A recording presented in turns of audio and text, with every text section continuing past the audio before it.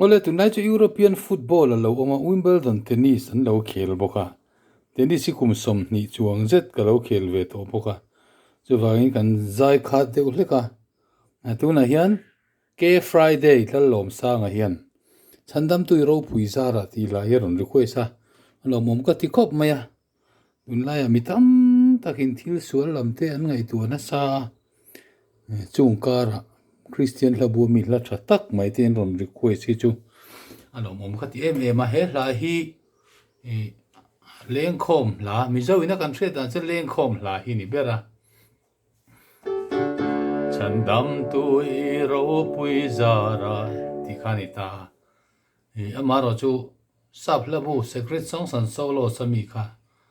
ania original hi chu casting all your care upon him ti nia zo chong le tu hi dura chong thu ania imang ana hnen thlen la imang ana hnen thlen la ti hian nia sabla a zia lam tak hi chu lalpa hian angai sak em che wang hian lalpa chau hinang poi ngai sak vero ina lampang ni ber maya sa chin teang ka sang na turki hi di ani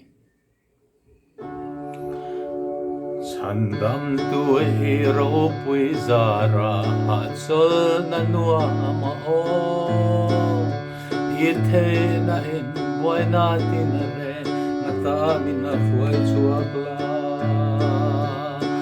imang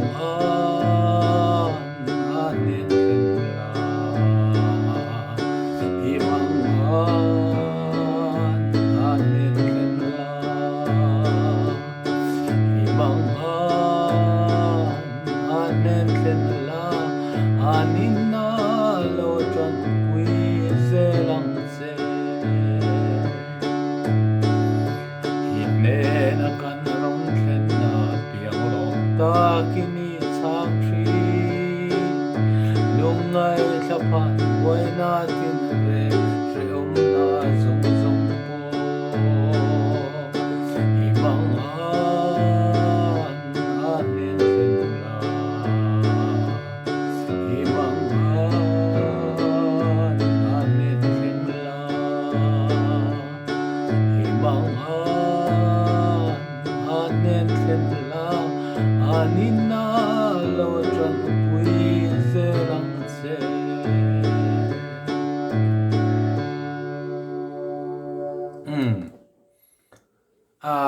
biak ina kan han lim lai ten han sadon tai la chu rang teu pona sak thei thawa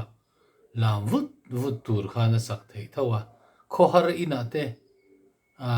khohar chung te lamin mong fan rain han sa te hu ti ta se la mong fan rain na sak thei thawa ilahi la thatak mai ania entirnan engelunga ya kan kha re om na lo tleni ring lo te la binan kuran kan lo ania chua imang anen la imang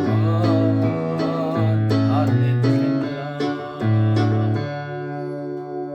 tikhana sak thei thawani amara chu mong fan re sakpon amoi em a Chhandamtu ropui zarah chon anua ma o ithe na in boy na tin re ta min na fuai chuak la imang anen la imang